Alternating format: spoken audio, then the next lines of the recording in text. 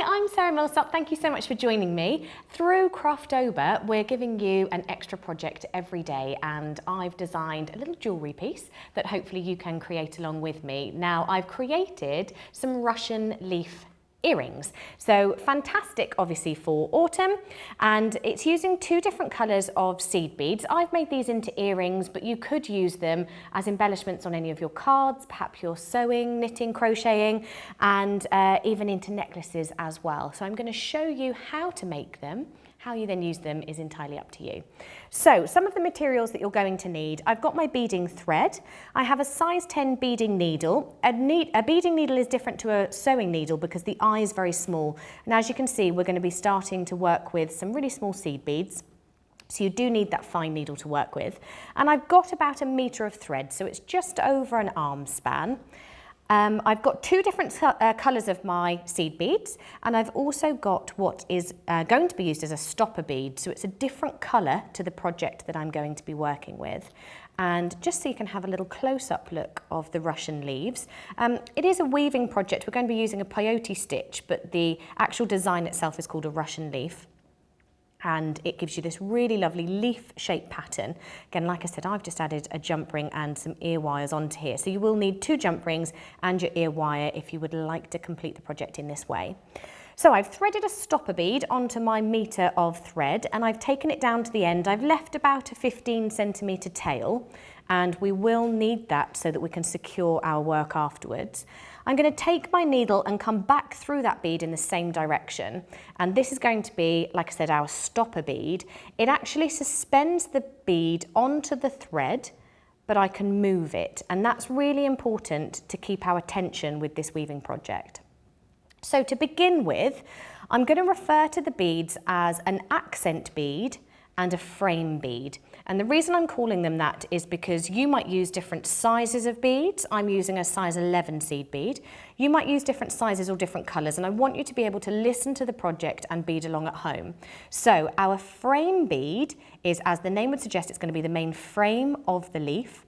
Our accent bead is going to be the accent beads that sit on the inside and the outside of our leaves. So to begin with, I'm going to pick up 1 accent bead, 9 of our frame beads,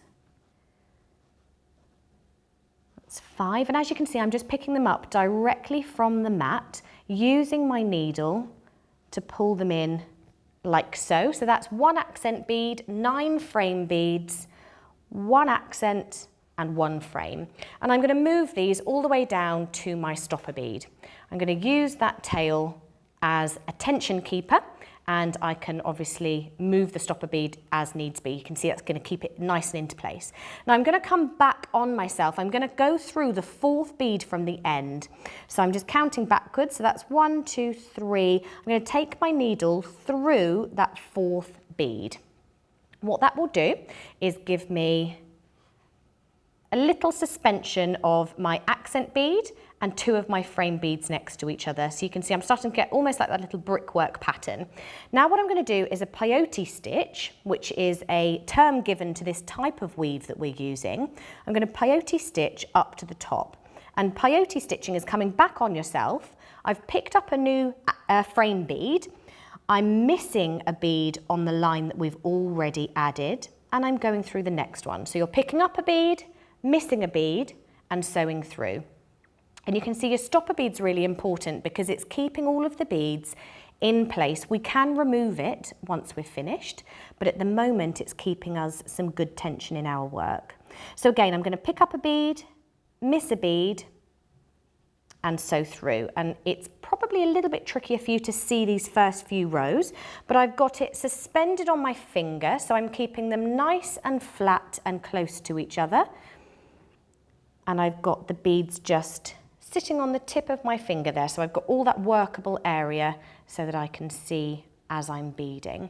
Again, just every now and again, keeping your tension, keeping that nice and tight. And you want to peyote stitch all the way up to the top, and this is all with my frame beads, so my main colour. I've got to the very top, and I'm going to go through that first accent bead that we added, not my stopper. So now I've reached the top, I'm ready to peyote stitch one row down. So I'm going to turn around on myself again. So I've picked up one bead and we're now going to go down and fill the gaps in between the previous row. So I'm moving back down towards myself, again just keeping that tension, picking up a bead. This time it's easier to see where you're filling in because there's actually a visual gap. So you're missing a bead and coming through the bead that's sticking out. Just that one. There we go. And as we pull that tightly, these beads will start to interlock and you'll see that you start to get this really lovely, neat framework. Again, keeping your tension, making sure there aren't any gaps in between the beads. But now that we've got a few rows, it's going to be a lot easier for your tension to stay nice and tight and neat. So I'm going to peyote stitch down until I have one more gap to fill. And on the bottom of our leaves, we're going to do this on every row. So we actually have a little turn to do at the bottom of our peyote stitch, and we have a turn to do at the top. The really nice thing is that it's the same throughout the whole project. So the more you repeat it, the more it's going to sink in and the more you will realise what you're doing. So every time we reach the bottom, I'm leaving that last gap and I'm going to pick up an accent bead and a frame bead, and I'm going to turn around. So again, coming through the bead that's sticking out, working our way back up to the top. And you'll see that this is how we get the staggered effect. If I show you on the leaf that we already have, we're starting to do a diagonal upturn on the bottom side. And I'm going to peyote stitch all the way up to the top. So at the bottom, you're leaving a one gap, and at the top, we go all the way to the very top. And don't worry, I'm going to do this a couple of times so that it will start to sink in. And like I said, it's a nice repeat pattern. So of course, the more you do it, the better you're going to get at it. So I've now reached the very top of my leaf. And at the very top, each time, we're going to add one frame bead, one accent bead, and one frame bead. Now I'm going to sit this on the mat because I want these beads to come all the way up to my beadwork, and I'm going to sew back down through that first frame bead of the three that I've added. So I'm going to sew down through that one. You can hold these beads in your hand just to keep it nice and tight because you want, again, your tension's really important.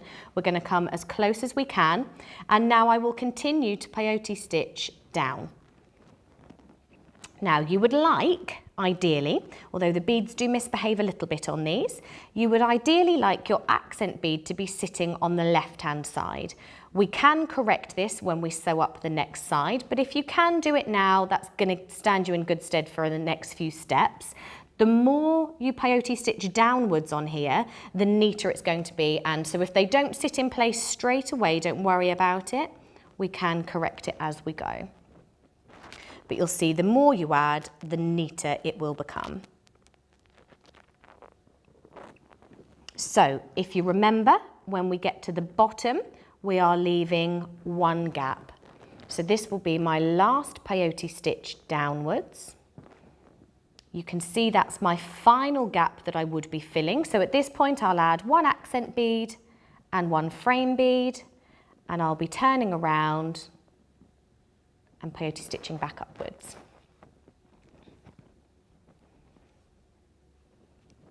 If your beads get caught in your thread, don't worry about it too much. It's easily tightened up again. You'll see that every time I tighten my tension, I'm holding my beadwork in my index finger and my thumb, and I'm pulling that excess thread through. So that's making sure that all the beads, and I just give them a slight little wiggle, that's making sure they're all sitting really nice and neatly. Bit of encouragement to sit nice and flatly. So again, we want to sew all the way up to the top. I think we'll maybe do this once more just so you can get the hang of it.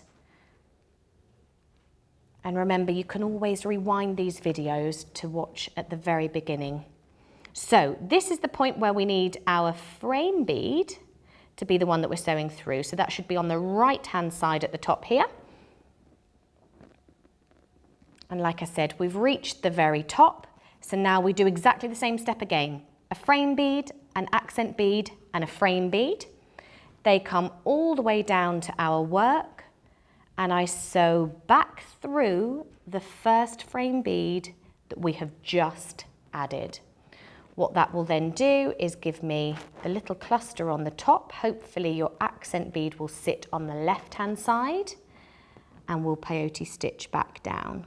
So you'll see I'm going through the bead that's sticking out from the previous row. Again, the more steps you sew down, the tighter that top bit will become. So whilst you're working on the next bead, just keep an eye on the tension at the top. Again, I'm at the bottom, so we're leaving that one gap. And again, adding one accent bead, one frame, and turning around. Now you want to continue in exactly this way. So adding your frame beads and your accent beads up at the top, and doing a little turn around, and also adding your accents at the bottom. You want to do this until you have 9 accent beads at the top and at the bottom, and you can see that we're creating this beautiful diagonal effect. You want to continue doing that until you have 9 accent beads at the top and at the bottom. And I've got one that I have been halfway through here so that we can have a little look. So as you can see, you get this lovely diagonal effect. And I'll show you, we do include that first one. I've still got my stopper bead on here, as you can see. So that's 1, 2, 3, 4, 5, 6, 7, 8. 1, 2, 3, 4, 5, 6, 7, 8. So we'll add our last one now, but I should have 9 on the bottom here. 1, 2, 3, 4, 5, 6, 7, 8, 9. So I've just got my final 9th accent bead to add at the top, just like we have been. A frame, an accent, and a frame. And I've put it to this point because I want to show you how we finish off. So as you can see, your bottom accent beads will add up faster than your top ones will. So on this way down, I already have 9 beads at the bottom. So I'm not going to add another one, but this will show you how to finish off this very top row. So because we're not going to be sewing through here, make sure your accent bead at the top is sat on the left. Pull that nice and tightly. Now you could make a whole necklace in this way. You can see you've got the lovely V. I'm going to show you how to connect the very middle tip as well. You could even use this technique to create a whole choker.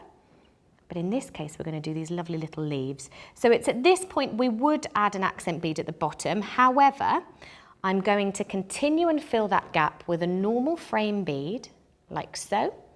So that's going to give me a nice little finish. And I'm just going to do one more stitch on the way up as well. So I'm going to give it a normal frame bead and sew back up. And that way it gives you a really nice, neat finish at the very end. And it gives us that lovely bit of colour as well. So once we've got all the way to the top, we'll just add this final frame bead. And you now want to navigate through the beadwork that we already have and come down to the very beginning. So you can see we've got that lovely block of colour at the very end. That's given us that lovely finish. I'm now going to work all the way down through my beadwork to the very end. And you just want to make sure that you're doing it so that your beads, so that your thread isn't visible. So you're coming down through the beads that you've already added in your pattern, and you will probably be able to navigate 3 or 4 seed beads at a time. So can you see my needle is just coming straight through the beads that we already have. That's going to make my thread path totally invisible, and actually it gives you a little bit of reinforcement in your work as well. You can work diagonally all the way down until we meet our stopper bead.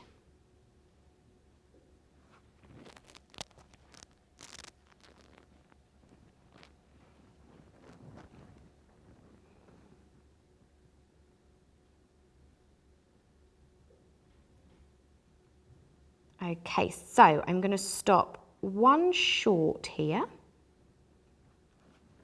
because we want to remove our blue stopper bead, so that will just pull off of your thread nice and simply. And I want to come through the top. So I've come down one short of our accent bead, and I'm going to come up through our first little seed bead and accent bead so that I'm at the top. And this is where we now change direction and we want to start creating the other side of our leaf. So I'm going to turn this around so that I'm working in exactly the same way as I have been. I'm going to keep our tail out of the way. These two have just wrapped each other around. So try and make it as easy for yourself as you can. Make your workable area nice and clear. I'm going to tuck that tail under my work. Now, at this point, you want to just peyote stitch one normal row of your frame beads. So we're not going to add any accents. So I'm going to come down, back on ourselves. And by now, because you've already created half your leaf, you should be a pro at peyote stitch. So just one simple row down the middle. What that's going to do is give us perfect symmetry in the very middle of our leaf. If we were to continue in the normal pattern that we have been, you will find that you'll have one row short on one side of your leaf. And I'm a bit OCD, so that would drive me mad. So we're going to keep this nice and neat and just have one plain peyote stitch all the way down.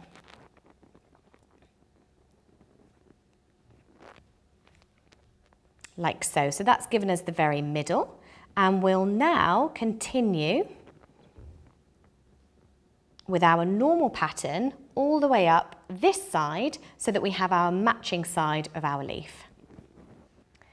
Okay, so I've reached the end of the other side of our leaf, and hopefully by now you're all proper experts in peyote stitching as well. So all we're going to do is connect the two pieces together. So like I said, you can use these for lots of different embellishments. The whole point is that we're going to end up with this lovely leaf shape.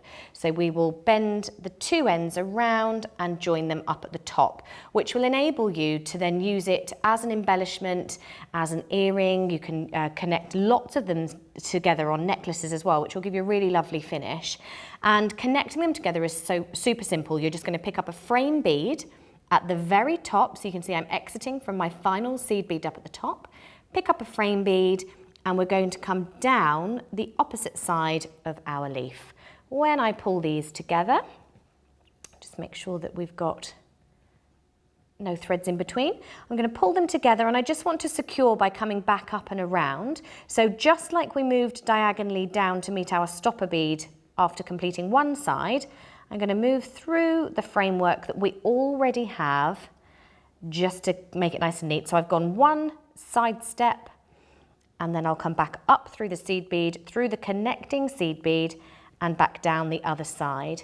Now, to connect, to finish off our connection, I want to finish this strand that I'm working on. And with any of your seed bead weaving, you will end a thread and begin a thread in this way. So it's a really handy technique to have because, for example, if you run out of thread halfway through a project, you can connect a new piece very easily. So to finish these threads off, what I'm going to do is create a couple of half hitch knots. So I'm going to take my needle underneath a thread path. No beads, just the thread that's connecting two beads together. I'm going to pull that through but leave a loop, and my needle will then come over and down through that loop that we've created, and I'll pull that nice and tightly.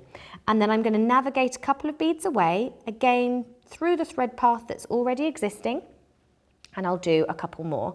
Oh, just make sure that your thread doesn't get caught. You can see it's looped over a couple of beads there. Pull that through, and so I'll do the same thing again. So another half hitch knot. So underneath the thread path, just the thread itself.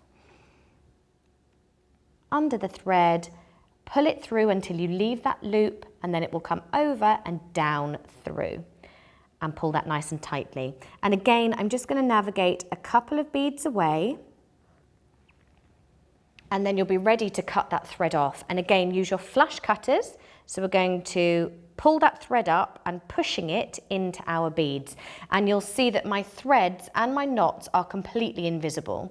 Once you're finished, do the same with your tail thread. So this is our very beginning tail that we had our stopper bead attached to. Rethread your needle back on and do exactly the same thing. A couple of half hitch knots, and then actually you'll be able to completely hide that within your design. Like I said, there's lots of different uses for your Russian leaves. I've quite simply attached a couple of jump rings up to the top and attached an ear wire on here. You've got a beautiful handmade gift. You could use them onto necklaces, you could use them onto your cards and embellishments. Let us know what you're going to use them for, and I really hope you've enjoyed this Russian leaf project.